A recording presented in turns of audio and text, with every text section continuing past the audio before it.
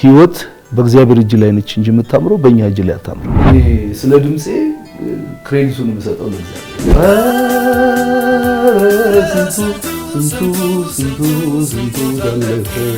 ምንድን ነው ያለፈው በነዛ 8 አመታት? የማይታለፍ ሁኔታ ውስጥም አለፉ። 2 ደቂቃም መራመድ አቅቶኝ ነው። እናቴ ሬሳ ነበር እየጠበቀች ነበር። ጋዜጣ ላይ ደግሞ መስፍን ጉቱ ሞተ ተብሎ ወጥቷል። እንዲህ ዋዛ ማመት አለው ነው። አዎ ኑሮዬም ህይወቴም በእግዚአብሔር እጅ ናት። አባት እንደሌለው እናት እንደሌለው የሚለው መዝሙሩ በጣም ነው የምወደው። አምላክ እንደሌለው ለምን አዝናለሁ። 18 አመት ሙሉ መዝሙሩ አልወጣም።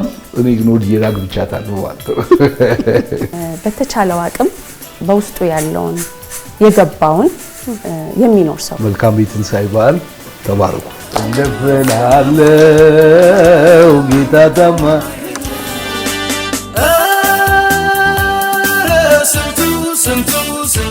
ስንቱ ታለፈ ኢየሱስ እየቀደመ። ተመልካቾች እንኳን ለትንሣኤ በዓል በሰላም አደረሳችሁ። በዛሬው የትንሣኤ ልዩ ዝግጅታችን እንግዲህ ዘማሪ መስፍን ጉቱ ቤት ተገኝተናል። መስፍን ጉቱ እንግዲህ እንደሚታወቀው በኢትዮጵያ ወንጌል አማኞች አብያተ ክርስቲያናት እጅግ ተወዳጅና አንጋፋ ከሆኑ ዘማሪያን ውስጥ ነው። እሱ ቤት ተገኝተን በዓል እንዴት ነው እያለን ስለ በዓሉም ስለ ህይወቱም ስለ መዝሙሮቹም እያነሳሳን ቆይታ እናደርጋለን። አብራችሁን እንድትሆኑ ጋብዛለሁ። በድጋሚ መልካም በዓል ይሁንላችሁ። አብራችሁን ቆዩ።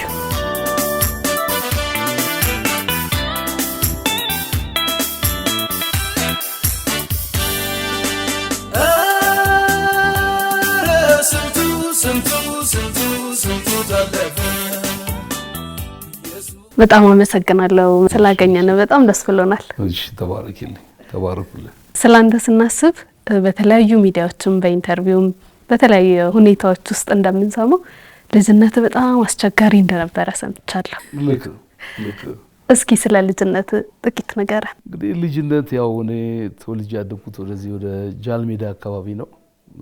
ሚኒሊክ ሆስፒታል አካባቢ ረብሼም ሰርቄም እና አጭበርብሬም በቃ አንድ ወጣት እንደሚሆነው ሆኜ ነው ያደግኩት። እና ደግሞ የሆነ ታይም ላይ ደግሞ ወደ ስፖርት ገባን እና በቃ በእንደዚህ አይነት ሁኔታ ነው ያሳለፍኩት። እና እርግጥ በጣም አስቸጋሪ ሰዓት ነው። ወደ አገልግሎት ስገባ በጽዳት ነበር የገባው። እኔ ማስታውሰው የ16 አመት ልጅ ነኝ። የ16 አመት ልጅ ነኝ። አንድ ጎረምሳ እርግጥ እንደምትዩ ይሄ ጽዳት ምናምን አይመቸው። እኔ ድንገት ወደ ቸርች የሄድኩት በበሽታ ነው። ትርፋንጀት አመመኝ እና ፈነዳ ውስጥ ፈነዳ ምናምን ይባላልና ፖይዝን አረኩኝ። በቃ መትረፍ አትችልም። እና በዛ ሙቭመንት ነው እኔ ቸርች ሊጸልይልኝ ሄድኩትና በቃ እዛው ቀረሁኝ። እኔ ደግሞ እግዚአብሔር ማረኝ። ያኔ ደግሞ ድምጽ የለም፣ ልዘምር ብልም መዘመር አልችልም። እውነት በሚያውቀው እግዚአብሔር በሚያውቀው ድምጽ የለኝም። እኛ ቤት ስፔሻሊ በሙሉ ስፖርተኞች ነን። አሁን ዳንኤል ጉቱ፣ ደረጀ ጉቱ የኢትዮጵያን ስም ያስጠሩ ቦክሰኞች ናቸው፣ ዓለምን የዞሩ ማለት ነው። እና እኔም እንደዛው በስፖርት ነው እንጂ የድምጽ ነገር ፈጽሞ አይታሰብም አልነበረኝም ሆነስትሊ ስፒኪንግ። እና ያለኝ ቻንስ በቃ የእግዚአብሔር እውነት ከገባኝ በኋላ በቃ ወደ ጽዳት ሶፍት ማንሳት፣ ቸርች ላይ ቸርችን መወልወል፣ ማጽዳት በደንብ በቃ ከልብ የሆነ የጽዳት አገልግሎት ወደዛ ነው የገባሁት። አገልግሎት ደግሞ መዘመርም ጽዳትም ሁሉ ነገር በእግዚአብሔር ፊት አንድ ነው እና ዳትዋይ ያንን መርጬ የገባው እግዚአብሔር ደግሞ እንግዲህ ለዚህ ያበቃኝ ማለት ነው። ኳየር ተፈትነው ወድቀ ነበር? ወድቄያለሁ። አዎ። ይሄን የመሰለ ድምጽ የዛኔ ጎረምሳ ድምጽ ስለነበረ ነው ወይስ ምን? እንግዲህ አልነበረኝም። ሆነስትሊ ስፒኪንግ እኔ ድምጽ ከየት አሁን ራሱ ለኔ እንቆቅልሽ ነው። እስካሁን እኔ ስለ ድምጼ ክሬዲቱን የምሰጠው ለእግዚአብሔር። መጀመሪያ ዝማሬ እችላለሁ የሚለው ስሜት ድምጽ እንዳለ እንዴት ተረዳክ? እንዴት ወደ ዝማሬ ልገባቻል? እንግዲህ እዛ ቸርቹ ውስጥ ሰኞ፣ ሮብ፣ ዓርብ የወጣቶች የጸሎት ጊዜ አለ እና እነዛ ከኔ ጋር አሸብር ይባላል ስፔሻሊ እግዚአብሔር ይባርከው ማለት በዚህ አጋጣሚ ይፈልጋለሁና ከእግዚአብሔር በታች በኔ ላይ ትልቅ ስራ የሰራ ልጅ ነው። የኔ ቤተክርስቲያን ልጅ ነው እና እሱ ኪቦርዲስት ነው፣ የቤተክርስቲያኗ ኪቦርዲስት ነው እና እሱ በጣም አብሬው እንዳሳልፍ እድል ሰጠኝ እና ድምጽ ለካስ በጊዜው እንደ ፕራክቲስ እንዳርግሽው እየተስተካከለ ይመጣል። እሱ በኔ ላይ በቃ ኢንቨስት አደረገ። በቃ ጊታር እንዴት እንደሚጫወት ያሳየኛል፣ ስዘምር እንዴት እንደሆነ እንደዚህ ነው መስፍኔ። ደግሞ እሱ ደግሞ በጣም ሃይ ፒች ይባላል፣ በጣም ሃይ ፒች ነው ልጁ እና በቃ እግዚአብሔር በሱ ተጠቅሞ ወደዚህ ነገር ውስጥ ከተተኝ ማለት እና በእንደዚህ አይነት ሁኔታ አሁን ላለሁበት ነገር ያበቃኝ ይሄ ያልኩሽ ነውና የገባሁት በዚህ ሁኔታ ነው። በቃ እንደነገርከኝ በልጅነት የሆነ አስቸጋሪ የነበረ የህይወት መስመር ላይ የነበርክ ሰው ከዛ ባንዴ ወደ ቤተክርስቲያን ጠጋ ብሎ ሰዎች የባህሪህን ለውጥ የዓላማህን መለወጥ ሲረዱ የሚሉትም የሚያሳዩትም ነገር ይኖራል። ቤት ውስጥ አያምነኝም። ያው በቃ ህፃን ልጅ ነኝ እንዳልኩሽ 16 15 ምናምን ነበር። የሆነች ነገር አገኘን በቃ ይዘን መሮጥ ነው። እናቴም የሆነች ነገር ካስቀመጠች በቃ አባቴ ኪስ አይቀረኝ እና እውነት ባንዴ መቀበል እኔን አቅቷቸዋል። እግዚአብሔር እየረዳኝ በቃ የቤት ልጅ ሆንኩኝ እና ሳይወዱ በግዳቸው ደግሞ መልሰው መቀበል። ከዛ ደግሞ ጓደኞች አሉ አብረሽ ስንት ከባዱም እሱ ይመስለኛል እና እኔ እውነቴን ነው የምልሽ በዛ እድሜያችን አም ሶሪ መቼስ ያው ለትውልድም ትምህርት ከሆነ ብዬ ነው። በዛ እድሜያችን እኛ አረቄ እንጠጣ ነበር። አረቄቺ ያኔ በእኛ እድሜ አረቄ ስሙኒ ነው የሚሸጠው፣ አንዷ መለኪያ ስሙኒ ነው የምትሸጠው። እነዛ ጓደኞቼ ደግሞ አንተ ውሸታም ምናምን ይሉኛል። እኔ ተቀይሬያለሁ እውነቴን ነው የምልሽ። ለምን አንደኛ ከዛ በሽታ አስቢ ሊገለኝ ካለ ነገር ነፃ የወጣው ሰው ነኝ። ሁለተኛ ደግሞ እውነት የእግዚአብሔር ፍቅር ነክቶኛል። በቃ እግዚአብሔር የሞተን ነገር መለወጥ እንደሚችል ስለገባኝ ጀስት በቃ እኔ ተቀይሬያለሁ። ግን እንዳልኩሽ ጓደኞቼ መቀበል አልቻሉም፣ ቤተሰብ መቀበል አልቻለም። ግን ያለ እና ጭራሽ ደግሞ ዘማሪው ደግሞ ውስጥ ገባሁኝና እየተቀበሉ ይመጡ ማለት ነው። መዝሙር ላይ እንግዲህ ወደ አልበም ከሄድክ በኋላ በጣም ቆንጆ አልበሞች ነው ያወጣከው፣ በጣም የሚወደዱ አልበሞች ነው ያወጣከውና የመጀመሪያው አልበም አቀባበሉ ምን ይመስል ነበር? አው እንግዲህ ያኔ መቼስ መዝሙር ከዘፈን ባልተናነሰ ነበር የሚሰማው። ምንም በቃ ኢቭን ማርኬቲንጉ ሽያጩ ብታዩ አሁን እኔ ቁጥር 1 ቁጥር 3 ስፔሻሊ ተሻገር ያለው የሚለው ኦልሞስት ወደ 10 ሚሊዮን ኮፒ ነው የተሸጠው እና በዛ ሙቭመንት ነው። ግን ስቲል ሀት ነው ስቲል እስካሁን ድረስ አሁን ዩቲዩብ ላይ ብትጂ በቃ ብዙ ነገር ነው እንትን ያለውና ቁጥር 1 ሳወጣ እኔ ተስፋዬ አንተነህ የሚል ነው ያወጣሁት እና ያኔ ብርቅ ነው። እነ ሊሊ ነበሩ፣ እነ ቤቲ ወልዴ፣ ዳንያም ደሚካኤል እንደዚህ እነ ተስፋዬ ጫላ እና የድሮ ዘማሪዎች በቃ እንትን ነውና በዛ ሙቭመንት ላይ ነው እኔ ተስፋዬ አንተነህን የሚለውን ያወጣሁት። በጣም ሪሊ ሀት ነበር። ከኛ ፊት እርግጥ እንደ ተስፋዬ ጋቢሶ እና ደረጀ ብዙ አሉ፣ እነ ታምራት አሉ። ግን እኛ ታይም ላይ ደግሞ በቃ የሆነ ነገር ሽፍት አድርጓል እውነት ለመናገርና በጣም ነው የተሰማው፣ በጣም ነው የተወደደው። በተለይ ቁጥር 3 ተሻገር ያለው ላይ በጣም በቃ አሁን ራሱ ሲደመጡ የሆነ በትዝታ ወደ ኋላ የሚመልሱ ዘማሪዎች አሉና በተለይ እና ኧረ ስንቱ ታለፈ በጣም የሚወደዱ ዘማሪዎች ናቸውና እስኪ አንዱን ለተመልካቾችም ለትዝታም እንዲሆነ በህይወቴ በኑሮዬ ጣልቃ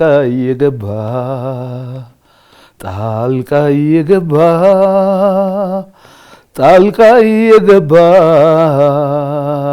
መንገዴን አቀና ጣልቃ የገባ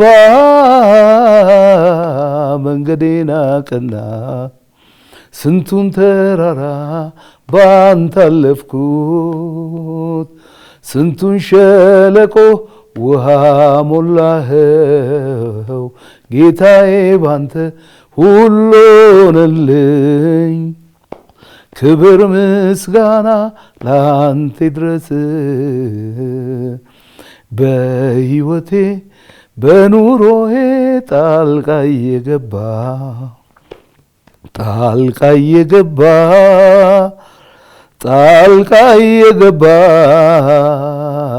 መንገዴን አቀና ጣልቃ የገባ መንገዴን አቀና። በጣም ደስ ይላል። እሱ መዝሙር ኧረ ስንቱ ታለፈ የሚለው መዝሙር አንድ ቃለ መጠይቅ ላይ 8 ዓመት እንደፈጀብህ ሰምቻለሁ። ልክ ነው። እሱን መዝሙር መስራት እና ብዙ ነገር እንዳሳለፍክ ገምታለሁ። እሱን እየሰራክ ባለበት አመታትም ከዛ በፊትም እና እስኪ ምንድነው ያለፈው በነዛ 8 ዓመታት? አው እንግዲህ ምን ያልታለፈ ነገር የለም። እንግዲህ መቼስ በእውነት በእግዚአብሔር ሁሉ ይታለፋል እና እኔ ያም መዝሙር የሚገርምሽ ያንድ መቼስ የማይታለፍ ሁኔታ ውስጥም አለፍኩ። የፐርሰናል የሆነ ነገር ነው፣ የቤቴ የጓዳዬ ነገር ነው። ድንገት ላይፍ ዲስትሮይ ሆነ። ድንገት በቃ ባልጠበቁት ሁኔታ እና ያኔ በቃ ይሄ መዝሙር መጣልኝ ማለት ነው። እና ስፔሻሊ እኔ መዝሙሮቼ በሙሉ እውነት ለመናገር ከህይወቴ ነው የሚወጡት። በቃ የሆነ ነገር ሳልፍ እኔ በቃ ማልፍበት ሁሉ ለኔ መዝሙር ነው። በደስታም ልለፍ ወይ እንዳለ ነገሬ በሙሉ ወደ መዝሙር ነው የሚቀየረው። እና አረ ስንቱ የሚለው አረ ስንቱ ታለፈ በዛ ህይወት ውስጥ እያለው ማለት ነው። እውነቴን ነው የምነግርሽ። እኔ ምን ብዬ ልንገርሽ፣ በቃ ከሞቀ ቤት ውስጥ ጃኩዚ ካለው ሰራተኛ ካለው በቃ ጥሩ ካለ ከሞቀ ቤት ውስጥ ወጥቼ የሆነች በ1 ሜትር መሬት ላይ 4 በ4 በሆነች ክፍል ውስጥ እዛ ውስጥ ነው ይመጣል። ከዛ በፊት ግን በቃ ላይፍ ነበረኝ። ምን ሆነ በቃ ብዙ ነገር ነበረ እና የሰው ህይወት ደግሞ እንደምጠብቂው አይደለም ሁሌ። ዛሬም እንደው አፋችንን ሞልቶልን ህይወት በእግዚአብሔር እጅ ላይ ነች እንጂ የምታምረው በእኛ እጅ ላይ አታምርም። እና ድንገት ያልጠበቁት ነገር ነው የሆነው። ይሄ መዝሙር ነው ይመጣልኝ። አዝማቹ መጣ። እንዴት አድርጌ ቁጥሩ ደግሞ ኬት ይምጣ። አንዳንዴ በዝማሬ ህይወት ውስጥ ወይ አሁን ገጣሚዎችም እዚህ ሀገር ላይ ያሉ ገጣሚዎች አሁን ኢቭን ለዘፈን የሚገጥሙ ገጣሚዎች ስሙዝሊ የሚወርድልሽ ነገር የለም። እና አዝማቹ መጣ።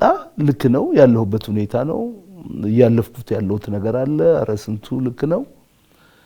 ቁጥሩን ግን ጌት ላምጣው ደግሞ እና በቃ 8 ዓመት ታገልኩኝ። ጊታር አንስቼ ዘምራለሁ ቁጥሩን ለመጻፍ። እውነቴን ነው የምልሽ ናቲንግ በቃ ሰማይ ነሐስ ምድር ነሐስ ነው የሆነው። በቃ ምንም የለኝም። በቃ ቆይ እስቲ ደግሞ ቢች ዳር ሄጄ አረ እንደው እግዚአብሔር ወይ ይሄ መዝሙር ቁጥር ስጠኝ።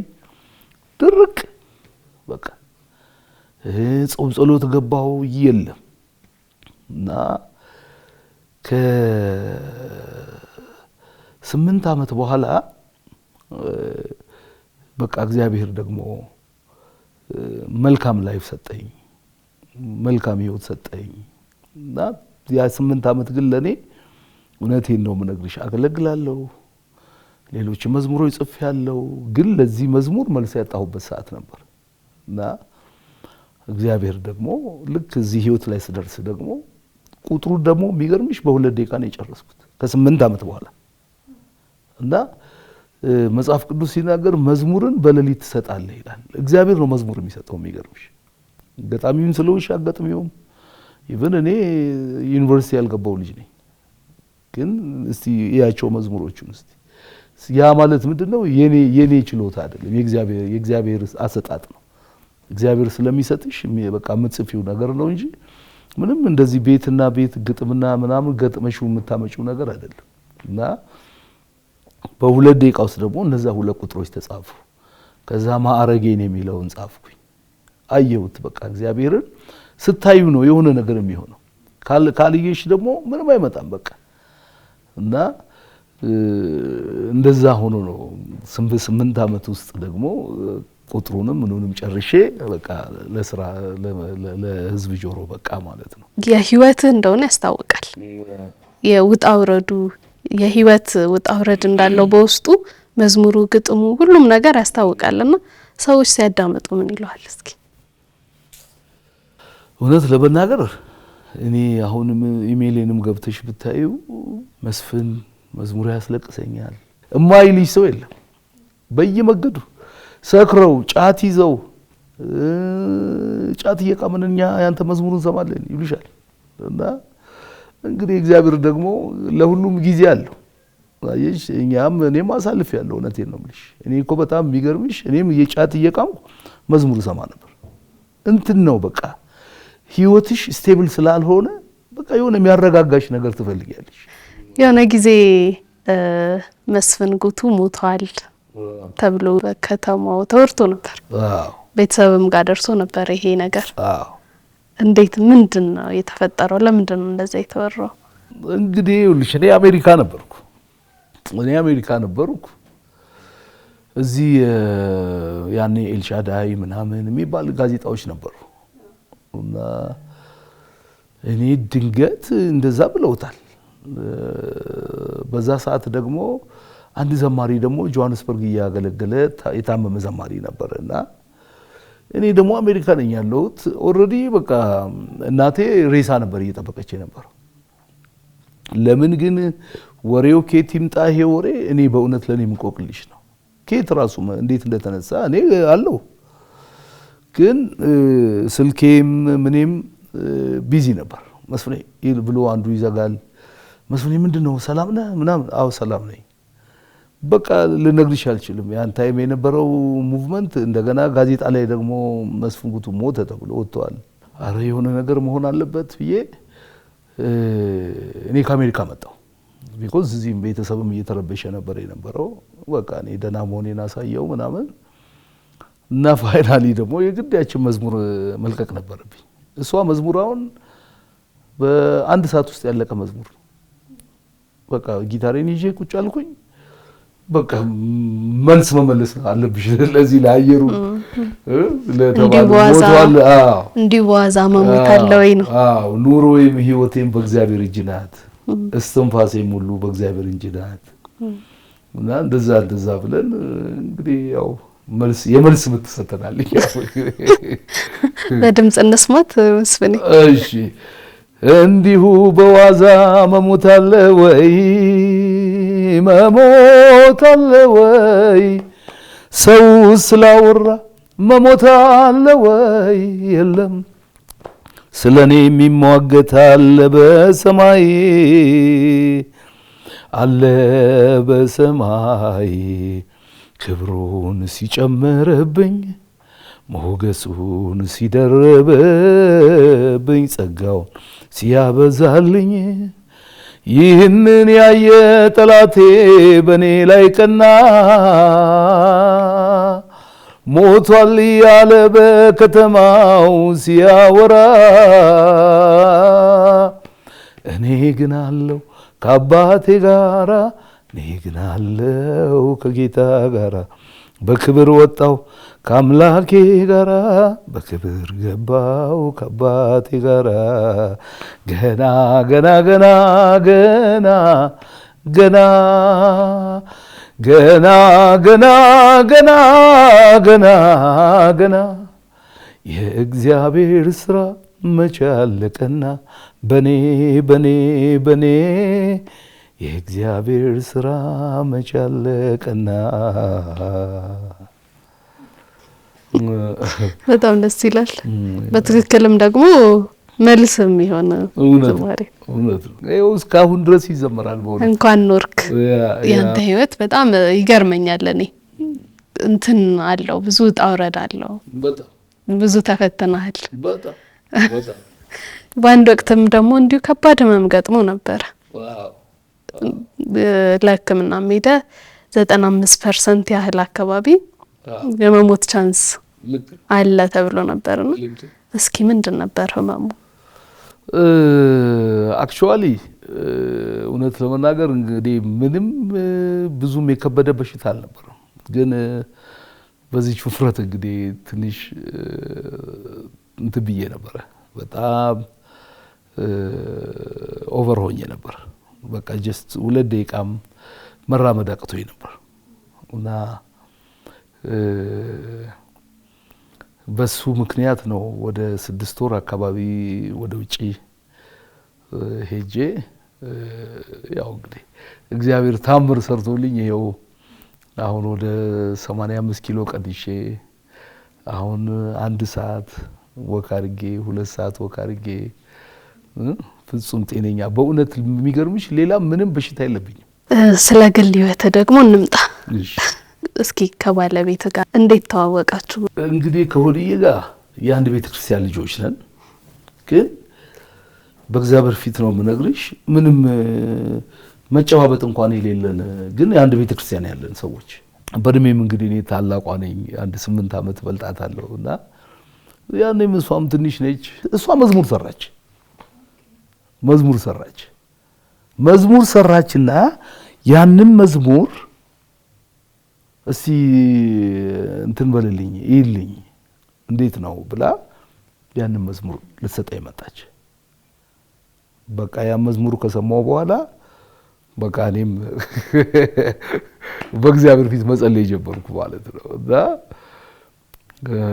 መዝሙሩ በእውነት እንግዲህ እስካሁንም አልወጣም።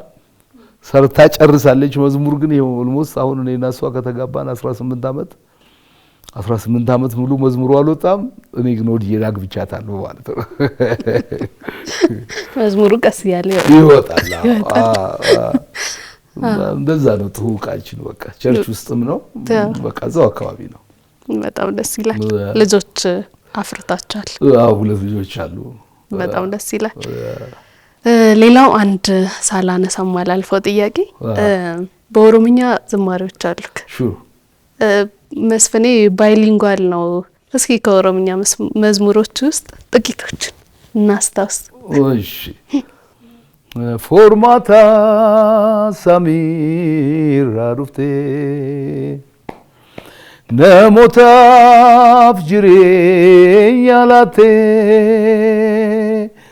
ኢጋ ኬን ቁሌስቴ አቲ ጩቡን ሆጀኔ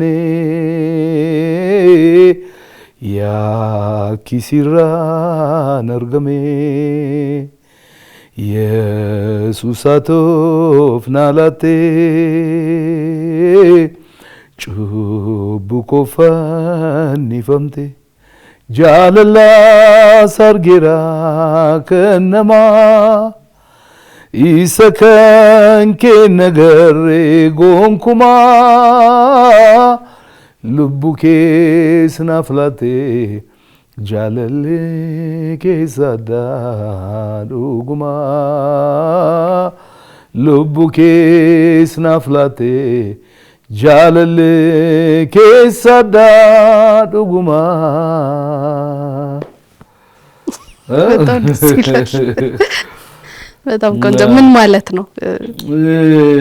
ስለ ስቅለት ነው። ጃለልኬ እንዳንተ አይነት ያንተን ፍቅር አላየሁም። ጃለልኬ አርጌራ ከነማ የሰውን ፍቅር አይቻለሁ፣ እንዳንተ ያለ ፍቅር ግን የለም አላየሁም ነው። እና ስለኔ ኃጢአት የተሰቀልክ ጭቡኮ ፈኒፈምቴ ጀለልከ አርጌራ ጀቹ ፍቅርህን አይቻለሁ ለማለት ነውና እንደዛ ነው። በጣም ደስ ይላል። እንግዲህ ዛሬ በዓል ነው፣ የበዓል ቀን ነው። ተመልካቾችም አንተ ቤት ተገኝተን በዓልን ያከበርን የምንገኘው። እስኪ ባለቤትም ልጆችም ይምጡና ደግሞ በዓሉንም እናከብራለን። ከባለቤት ጋር እንጨዋወታለን።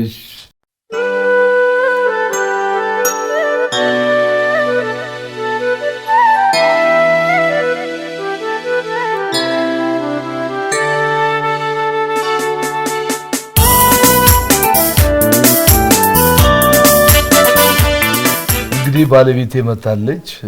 ሆዲዬ፣ ፍቅርዬ፣ ግሬሲ፣ ቦይዚዬና አይዛክ መጥተዋል። ደህና ናችሁ? እንኳን አደረሳችሁ። እንግዲህ በኋላ ብንጫወተው ብዙ ነገር ይኖረናል። በተለይ ደግሞ ከባለቤት ከሜላት ጋር ብዙ የምንለው ነገር ይኖረናልና እንግዲህ አሁን ወደ ሌላው ጨዋታ ከመሄዳችን በፊት በዓል ነው፣ ፋሲካ ነው። ስለዚህ እንግዲህ ዳቦም አለ ቡናም አለ። እንግዲህ ዳቦ ቅርሰን እንግዲህ በባዶ እንዳላረገው እንግዲህ ሁሉም ነገር በባዶ ሆነ እና ዳቦን እንቁረስ መሰለኝ። ጥሩ ጥሩ፣ በጣም ጥሩ። ኦኬ ኦኬ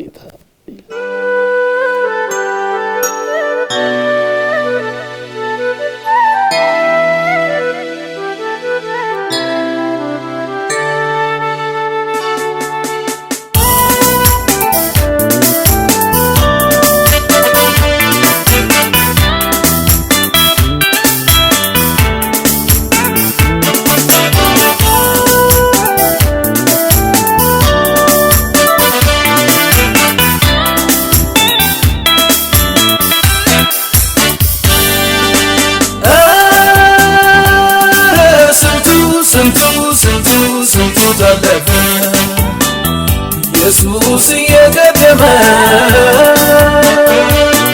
ወዳጄ እየቀደመ ውድዬ እየቀደመ። እስኪ አረፍ በይና ደግሞ ከአንቺ ጋር ብዙም የምናወራው ነገር አለ። እሺ ሜላት፣ እንግዲህ ቅድም መስፍኔም ስላንቺ ሲያወራን ነበር እንዴት እንደተዋወቃችሁ። አሁን ደግሞ እስኪ አንቺ ስለሱ ደግሞ ንገሪን። ከዛ ሁሉ በፊት ግን በጣም አምሮባችኋል፣ በጣም ቆንጆ ናችኋል፣ በዓል መስላችኋል። እግዚአብሔር ይስጥልኝ። እስኪ መስፍኔ እንደ ባልም እንደ አባትም ምን አይነት ባል ነው? ምን አይነት አባት ነው? መልካም አባት ነው። በተቻለው አቅም በውስጡ ያለውን የገባውን የሚኖር ሰው በቃ እግዚአብሔርን ይፈራል። ልጆቹን ለማሳደግ ጥሩ መስመር እንዲይዙለት እኔንም እኩል ከልጆቹ እኩል ለቤቱ ሟች ነው። በቃ እግዚአብሔርን ይፈራል። ጥሩ ሰው ነው። በጣም ደስ ይላል። ቅድም ስናወራ አንድ በጣም አስቸጋሪ ጊዜ አብራችሁ ያሳለፋችሁት በተለይም ደግሞ ከአንድ 4 አመት በፊት እሱ ታሞ በነበረበት ወቅት 95% የሞት እድል ያለበት ጊዜ ነበርና እንደዚህ አይነት ጊዜዎች ያለ ትዳር አጋር ድጋፍ አይታለፉም። በጣም ከባድም ይሆናል ብዬ አስባለሁና እስኪ ያንን ጊዜ እንዴት አሳለፍሽ አንቺ? በጣም ከባድ ጊዜ ነበር። ሕክምናውን እስከሚያገኝ ከሕክምናው በኋላ ያለውን ሁኔታ የማገገሚያውን ሁኔታ ከባድ ነበረ። ያው እንጸልያለን፣ ደግሞ እንናፍቃለን፣ ሚስ እናረጋለን። ይሄንን በሞትና በህይወት መካከል ነው ያለው። ሰርጀሪ ከማድረጉ በፊት የተወሰነ ኪሎ መቀነስ አለበት ተብሏል። ለሱ ደግሞ በጣም ፈተና ነበረ። ግን እግዚአብሔር ረዳን። እየጸለየን ሁለታችንም ምናለቅስም ከሆነ እያለቅስን ምንስቅ ከሆነ አብረን እየሳቅን እንደዛ አሳልፈናል። ቀላል አልነበረም። እንግዲህ የሱ መዝሙሮች ደግሞ ይታወቃሉ። ብዙዎች እንደ መጽናኛ ብቻ አይደለም እንደ ትዝታም የሚይዟቸው መዝሙሮች ናቸው ያሉትና ላንቺ የተለየ ትርጉም የሚሰጥሽ መዝሙር ከመዝሙር ማበላለጥ አይሁንብኝና ላንቺ የተለየ ትርጉም የሚሰጥሽ መዝሙር የትኛው ነው? እስኪ አባት እንደሌለው እናት እንደሌለው የሚለው መዝሙሩ በጣም ነው የምወደው። ቢዘምረው እንደውም ደስ ይለኛል። እናዘምራለን በኋላ ላይ። በጣም ወደው ነበር። ይሄ መዝሙር እንግዲህ እኔና እሱ ሳንተዋወቅ የምወደው መዝሙሩ ነው እና አባት እንደሌለው መቼ ያዝናለሁ እናት እንደሌለው መቼ ያዝናለሁ የሚለው ነውና ስሰማው በቃ በጣም ውስጤን ይነካኝ ነበር በፊት። ከዛ በኋላ እንግዲህ እግዚአብሔር ወደ ህይወቴ ሲያመጣው ደግሞ ስሰማው ያ ጊዜ ትዝ ይለኛል እና ወደዋለሁ። እሱ ሁሉንም መዝሙሩን ወዳለሁ፣ ግን እሱ ትዝታ አለኝ። በጣም ነው የምወደው እሱን መዝሙር። አሁንም ስሰማው በቃ ያ ጊዜ ይመጣብኛል። ዛሬ እንግዲህ በዓል ነው፣ የትንሳኤ በዓል የተከበረ ነውና ትንሳኤ በእናንተ ህይወት በእናንተ ቤት እንዴት ነው የሚከበረው? በእንደዚህ አይነት መልክና ያው ቤተሰብን በመጠየቅ ራሳችን አንድ ላይ በመሆን የምናከብረው ሊሆን ይችላል ነውም እንደዛም። ነገር ግን መንፈሳዊ እይታውን ካልሽኝ ደግሞ በምን መረዳት ነው ያንን ህይወት እናሳልፈው ካልሽኝ ትንሳኤ በዓል በመሰጠትና በመስጠት የተገለጠ እውነት ነው። ምን ማለት ነው? ጌታችን መድኃኒታችን ኢየሱስ ክርስቶስ ስለእኛ ለሞት የተሰጠበት ነው። ከዛስ ህይወት ደግሞ ለኛ የተሰጠበት ነው። መርሁ መሰጠትና መስጠት ነው። ስለዚህ ጌታችን ኢየሱስ ክርስቶስ በምድር ላይ በተመላለሰ ጊዜ ስለራሱ አልኖረም፣ ስለራሱ አልሞተም፣ ስለራሱም ከሙታን አልተነሳም፣ ስለራሱም አላረገም፣ ስለራሱም አይመጣም። የሚገርመው ነገር ለኛ ነው ስጋ ለብሶ የባሪያን መልክ ይዞ የመጣው። ስለዚህ በአመት አንድ የምናስበው ሳይሆን ህይወት ነው። እለት ተእለት የምንኖረው ህይወት ነው። ተሰጥተሽ ለእግዚአብሔር የምትሰጪው ህይወት ለሰው ዳትስ ፋሲካ። በጣም የምወደው መዝሙር ስትለኝ ነበርና እስኪ እሷን መዝሙር መዝሙሯን እንስማት ካንተ። አምላክ እንደሌለው ለምን አዝናለው? ረዳት እንደሌለው ለምን አዝናለው? አባት እንደሌለው ለምን አዝናለው? ረዳት እንደሌለው ለምን አዝናለው? ሲረዳኝ ባይኔ ያየው ሲያግዘኝ ባይኔ ያየው ሲረዳኝ ባይኔ ያየው ሲያግዘኝ ባይኔ ያየው አምላክ እንደሌለው ለምን አዝናለው? ረዳት እንደሌለው ለምን አዝናለው? ሲረዳኝ ባይኔ ያየው ሲያግዘኝ ባይኔ ያየው ሲረዳኝ ባይኔ ያየው ሲያግዘኝ ባይኔ ያየው።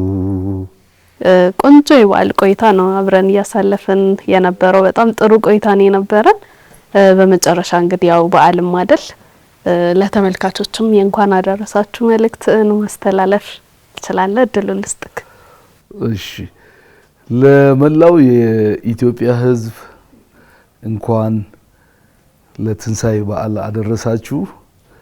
መልካም ፋሲካ። በእውነት ፋሲካ እንግዲህ የማካፈል በዓል ነው እና ሁሉም ካለው ለሌለው እንድናካፍል በዚህ አጋጣሚ ይሄን መናገር እፈልጋለሁ። መልካም የትንሳኤ በዓል። ተባረኩ። መላው የክርስትና አማኞች በጠቅላላ እንኳን ለጌታችን ለመድኃኒታችን ለኢየሱስ ክርስቶስ የትንሳኤ በዓል አደረሰን አደረሳችሁ እላለሁ። መልካም ፋሲካ።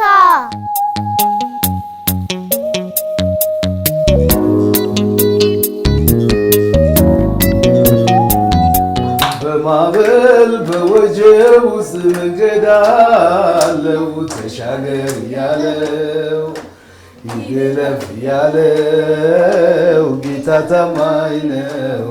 በማዕበል በወጀብ ውስጥ መንገድ አለው ተሻገር ያለው ይገለፍ ያለው ጌታ ታማኝ ነው።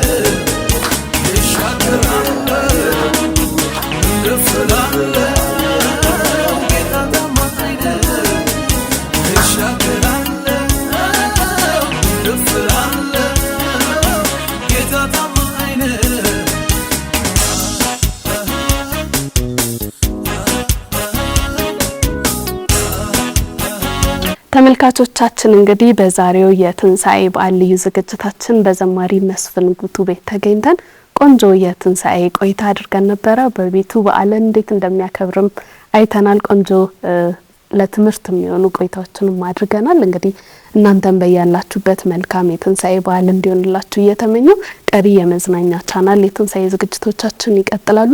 መልካም ጊዜ ይሁንላችሁ።